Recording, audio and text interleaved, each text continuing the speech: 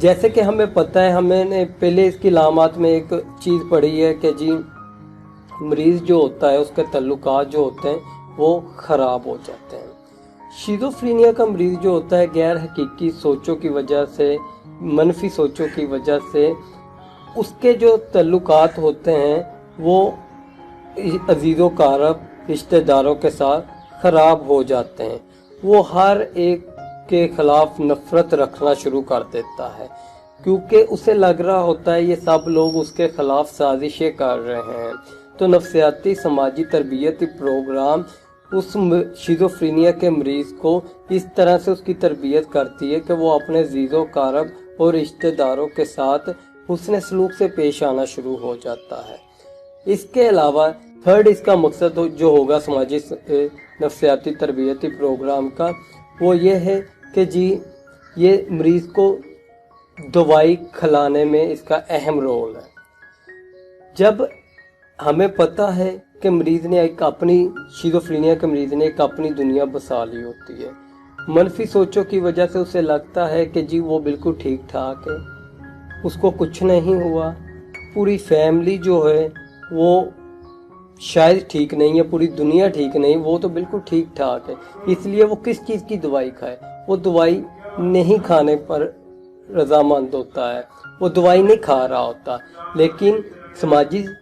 نفسیاتی تربیتی پروگرام مریض کو اس قابل بناتا ہے، اس کی تربیت اس طرح سے کرتا ہے کہ وہ اگر گھر بھی چلا جائے نا تو وہ دوائی لیتا رہے، کیونکہ اس کا واحد علاج جو ہے وہ میڈیسن کے تھرو ہے، اور میڈیسن جو بندہ استعمال کرتا رہے گا اس کا مرض بڑھے گا نہیں، اس کا مرض کنٹرول میں رہے گا۔ اس کے علاوہ اس کا ریلیپس پریونشن، اب اس کے شیزوفرینیا کے ریلیپس کو روکنے کے لیے فیملی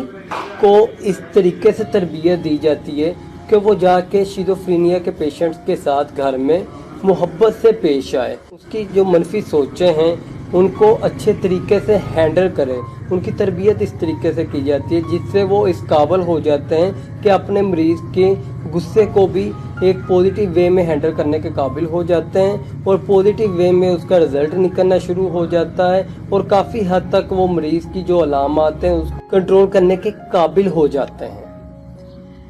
سر آپ نے جو ہے بہت اچھا گائیڈ کیا ہے۔ ایک لاسٹ کویشچن ہے، بہت ساری اکثر فیملیز کہتی ہیں کہ ہم نے جو ہے اپنے پیشنٹس کو ایک لمبے عرصے تک میڈیسن بھی کھلائی ہے تو ہمیں کوئی ایک پراپر اور اتھینٹک جو ہے رسپانس نہیں ملا، جب تک یہ میڈیسن کھاتا ہے ٹھیک رہتا ہے، جیسے ہی میڈیسن چھوڑنا شروع کر دیتا ہے تو وہ دوبارہ سے وہ علامتیں آنا شروع ہو جاتی ہیں، تو کیا کہنا چاہیں گے اس کے بارے میں؟ جیسے کہ میں نے آپ کو پہلے کہا ہے کہ جی میڈیسن جو ہے وہ ایک واحد ذریعہ ہے اس بیماری کو کنٹرول کرنے کا۔ البتہ کچھ ایسی چیزیں ہیں جو کہ سائیکو تھراپی کے ذریعے ہی ممکن ہے، جیسے کہ میں نے ابھی آپ کو کہا سماجی تعلقات، رشتے، فیملی کے ساتھ ریلیشن شپ جو ہے، اور اس کے علاوہ میڈیسن کھانے پہ اس بندے کو رضامند کرنا، اور دوبارہ سے فیملی کو پراپر مینجمنٹ سکلز سکھانا کہ کس طریقے سے وہ شیزوفرینیا کے مریض کو ہینڈل کریں، یہ ساری چیزیں مل کے ایک مکمل جو ہے ٹریٹمنٹ پلان بنتا ہے۔ اگر تو یہ دونوں چیزیں سائیکو تھراپی پلس میڈیسن چلے گا تو کافی عرصے تک جو ہے وہ بندہ کنٹرول میں رہے گا۔ جیسے کہ آپ کو پتہ ہے یہ ڈوپامین کا جب ایکسیس ہو جاتے ہیں، ڈوپامین جو نیورو ٹرانسمیٹر ہے اس میں جب زیادتی ہونا شروع ہو جاتی ہے، اس کیمیکل کی زیادتی ہونا شروع ہو جاتی ہے، تو اس کی وجہ سے یہ مرض جو ہے وہ پیدا ہو جاتا ہے،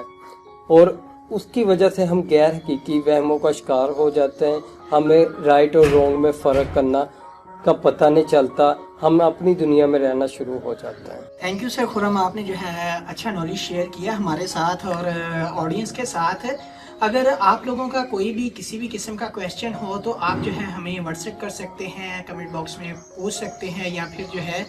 کوئی بھی کسی بھی طرح کا جو ہے انفارمیشن حاصل کرنے کے لیے آپ ڈائریکٹلی ہمارے واٹس ایپ کے اوپر میسیج کر سکتے ہیں۔ اور اس کے علاوہ اگر آپ کا کوئی پیارا اکیلے بیٹھ رہا ہے، باتیں کر رہا ہے، اپنے آپ سے باتیں کر رہا ہے، یا اونچی اونچی ہنس رہا ہے، اگر غیر حقیقی وہموں کا شکار ہے، ان دیکھی چیزوں کو دیکھ رہا ہے، ان سنی باتوں کو سن رہا ہے، تو دیر نہ کرے، فوری طور پہ ایک کنسلٹنٹ کلینکل سائیکولوجسٹ سے رابطہ کریں، اس کی سائیکو تھراپی کے سیشنز کنڈکٹ کروائیں اور اس کی میڈیسن سٹارٹ کروائیں۔ یہ نہ ہو کہ وہ نہ صرف آپ کے لیے نقصان کا باعث بن جائے اور اپنے آپ کے لیے بھی وہ نقصان کا باعث بن سکتا ہے۔ اگر آپ لوگوں میں سے کسی نے بھی اپنے پیارے کے کوئی سیشن کنڈکٹ کروانا ہے، حفیظ سے یا مجھ سے، ہمارے جو واٹس ایپ نمبر ہیں اس کے اوپر، اس ویڈیو کے اوپر موجود ہیں، آپ ہم سے رابطہ قائم کریں اور اپنے پیاروں کی سائیکو تھراپی کے لیے ہم سے بات کریں اور ان کے صحت مندانہ زندگی کی طرف ایک قدم بڑھائیں۔ Thank you so much.